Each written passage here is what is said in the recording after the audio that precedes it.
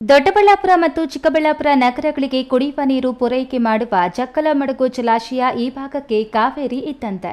ಮಳೆಗಾಲದಲ್ಲಿ ತುಂಬಿ ಹರಿಯುವ ಈ ಜಕ್ಕಲಮಡುಗು ಜಲಾಶಯದಲ್ಲಿ 38 ಎಂಸಿಎಫ್ಟಿ ನೀರು ಸಂಗ್ರಹವಾಗುತ್ತದೆ.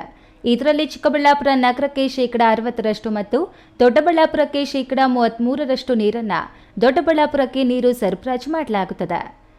ಬೇಸಿಗೆಯ ಬಿಸಿಲಿನ ತಾಪಮಾನ ಏರುತ್ತಿದ್ದಂತೆ ನೀರಿಗೆ ಅಭಾವ ಉಂಟಾಗುತ್ತಿದ್ದು, ಜನತೆ ನೀರನ್ನು ಸಮರ್ಪಕವಾಗಿ ಬಳಕೆ ಮಾಡಿಕೊಂಡು ನೀರನ್ನು ವ್ಯರ್ಥ ಮಾಡಬಾರದೆಂದು ನಗರಸಭೆ ಚಿಕ್ಕಬಳ್ಳಾಪುರ ನಗರಸಭೆ ಪೌರಾಯುಕ್ತ ಮನ್ಸೂರ್ ಅಲಿ ಮನವಿ ಮಾಡಿದ್ದಾರೆ.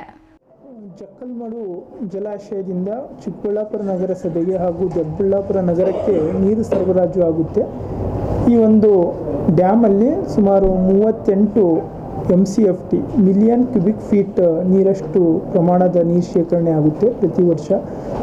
ಈಗ ಪ್ರಸ್ತುತ ಅದರಲ್ಲಿ 27 MCFT ನೀರು ಶೇಖರಣೆ ಇದೆ. ಅದು ಸುಮಾರು 3 ರಿಂದ 4 ತಿಂಗಳಿಗಾಗುವಷ್ಟು ನೀರು ಇದೆ. ಈ ಬೇಸಿಗೆಯಲ್ಲಿ ಯಾವುದೇ ರೀತಿ ತೊಂದರೆ ಆಗೋದಿಲ್ಲ. ಮುಂದಿನ ಏನು ಮಳೆಗಾಲದಷ್ಟೊತ್ತಿಗೆ ಈ ನೀರು ನಮಗೆ ಸಾಕಾಗುತ್ತೆ. ಅಷ್ಟೊತ್ತಿಗೆ ಮಳೆ ಬಂದರೆ ಮತ್ತೆ ಶೇಖರಣೆ ಆಗುತ್ತೆ.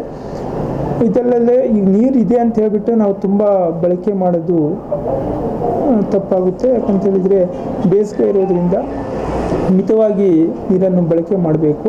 ಕೆಲವರು ಏನು ಮಾಡ್ತಾರೆ, ತಮಗೆ ಎಷ್ಟು ಅವಶ್ಯಕತೆ ಇದೆ ಅಷ್ಟು ತುಂಬಿಕೊಂಡು ನಂತರ ಅದು ಡ್ರೈನಿಗೆ ಬಿಡ್ತಾರೆ. ಅದು ಡ್ರೈನಿಗೆ ಹರಿದೋಗಿ ನೀರು ಹಾಳಾಗುತ್ತೆ, ವೇಸ್ಟ್ ಆಗುತ್ತೆ, ಅದು ಯಾರಿಗೂ ಉಪಯೋಗ ಆಗೋದಿಲ್ಲ. ಹಾಗಾಗಿ ಜನರು ಮಿತವಾಗಿ ಬಳಸಬೇಕು. ತಮಗೆ ಎಷ್ಟು ಅವಶ್ಯಕತೆ ಇದೆ ಅಷ್ಟು ಮಾತ್ರ ಬಳಕೆ ಮಾಡ್ಕೊಬೇಕು. ಹೆಚ್ಚಿನ ನೀರು ಸೋರಿಕೆಯಾಗಿ ಹೋಗುವ ಹಾಗೆ ಮಾಡಬೇಡಿ. ಅಲ್ಲಿ ಒಂದು ಟ್ಯಾಪ್ ಅನ್ನು ಹಾಕಿ ಆ ಟ್ಯಾಪಿಗೆ ನಳ ಅಂತಾರೆ, ಅದಕ್ಕೊಂದು ನಲ್ಲಿ ಹಾಕಿ ಅದನ್ನು ಬಂದ್ ಮಾಡಬೇಕಾಗುತ್ತೆ.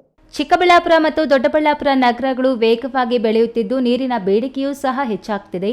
ಜಕ್ಕಲಮಡುಗು ಜಲಾಶಯದ ಹೂಳನ್ನ ತೆಗೆದು ನೀರಿನ ಸಂಗ್ರಹ ಸಾಮರ್ಥ್ಯವನ್ನು ಹೆಚ್ಚು ಮಾಡಬೇಕೆಂಬ ಬೇಡಿಕೆ ಕೇಳಿ ಬರ್ತಿದೆ. ಒಟ್ಟಾರೆ ಜಕ್ಕಲಮಡುಗು ಜಲಾಶಯದಲ್ಲಿ ನೀರು ತುಂಬಿದ್ರೆ 2 ನಗರಗಳ ನೀರಿನ ಹಾಹಾಕಾರ ನೀಗುತ್ತದೆ. ಕ್ಯಾಮರಾ ಪರ್ಸನ್ ಅಶ್ವಥ್ ಜೊತೆ KS ನಾರಾಯಣಸ್ವಾಮಿ, ಈ ನ್ಯೂಸ್ ಟಿವಿ, ಚಿಕ್ಕಬಳ್ಳಾಪುರ.